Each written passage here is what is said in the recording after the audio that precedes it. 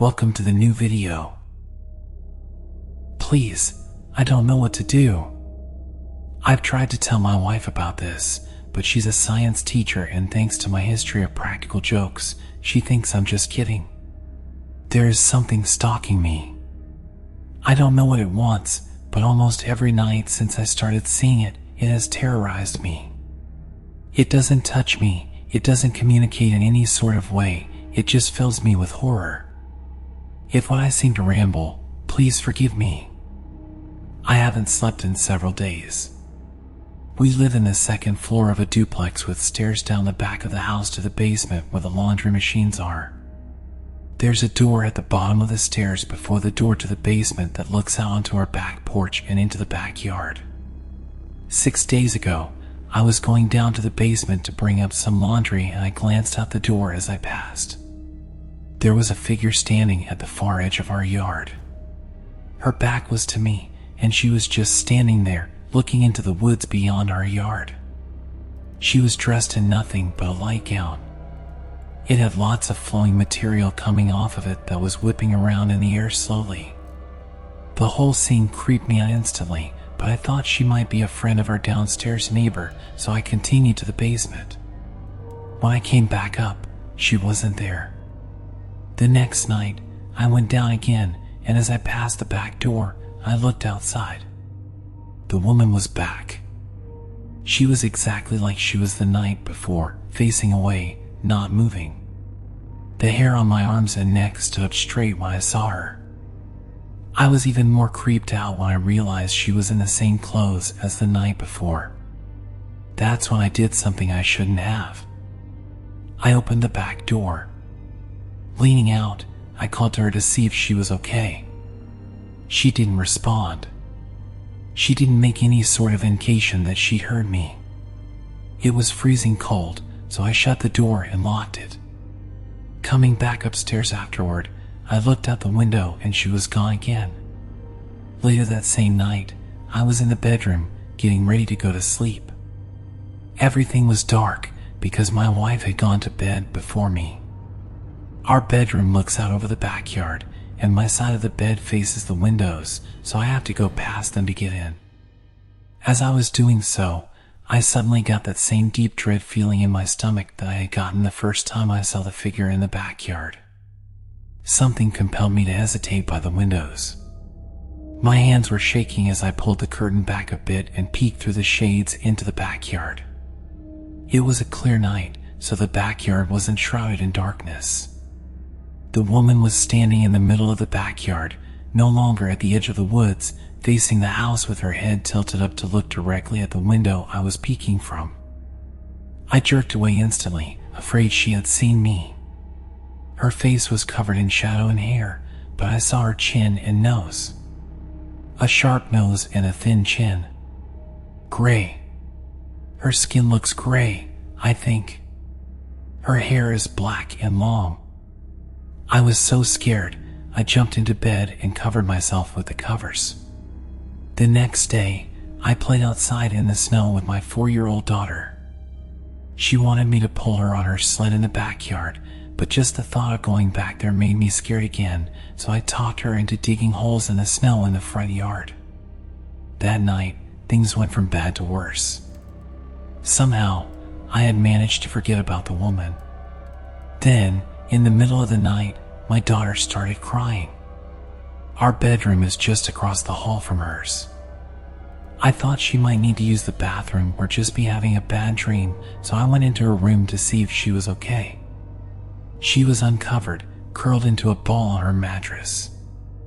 I pulled her covers over her and that's when she whispered to me, "Daddy, there's someone in my closet." Instant goosebumps. I turned my head slowly toward the closet door at the end of her bed. Normally, the closet is shut, but now it was open. The woman was standing in my daughter's closet. Not even when it was clear that I saw her did she move or make a sound, just stood there and looked at me through the cracked open door. My blood ran cold when I saw her.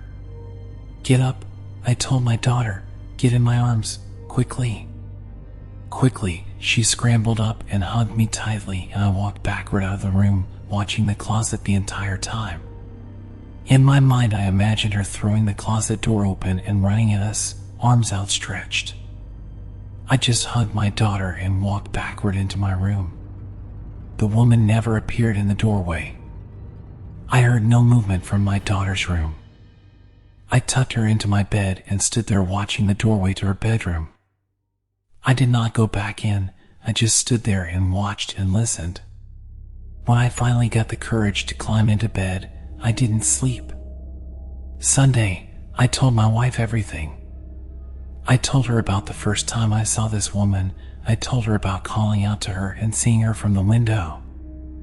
I told her that she had appeared in our daughter's closet.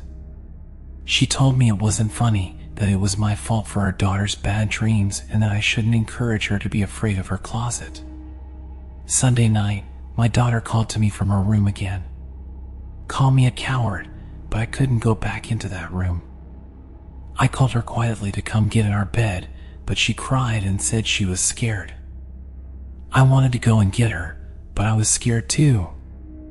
I told her to pull her blankets up and cover herself. Just cover yourself, honey, and you'll be okay. I prayed that it was true. I lay there, peeking over the sleeping form of my wife and out into the hallway at the closed door of my daughter's room, and just kept praying.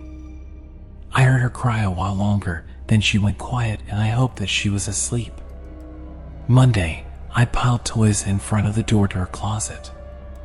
By that time, there was no doubt in my mind that this was some sort of ghost or apparition, but I piled things in front of the closet anyway. Like a pile of toys could stop a ghost. Monday night, my daughter did not cry, but I didn't sleep. I lay there, looking at the ceiling, tense. Around 2 o'clock, I heard her bedroom door creak open, and I knew something was wrong. She must be scared, I thought, so I called to her like before, just come to me and you can sleep in our bed, sweetie. But she didn't come. I peeked over my wife.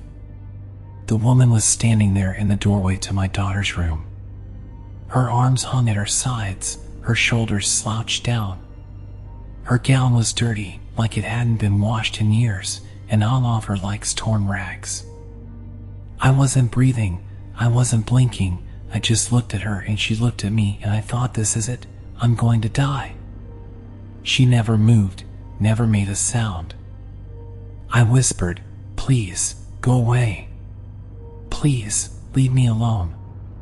Please, I'm sorry. I couldn't look away.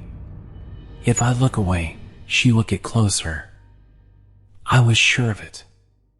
If I close my eyes, when I open them, she'll be standing over me, looking at me. At some point, she was gone. It's like I fell asleep with my eyes open. I don't remember her disappearing, just that I was looking at the doorway, and she wasn't there anymore. Last night, I lay awake, waiting. I asked my wife to shut our bedroom door because the night light in the hallway was keeping me awake. It was stupid. I don't know what I was thinking. Like clockwork, I heard my daughter's bedroom door creak open. I held my breath.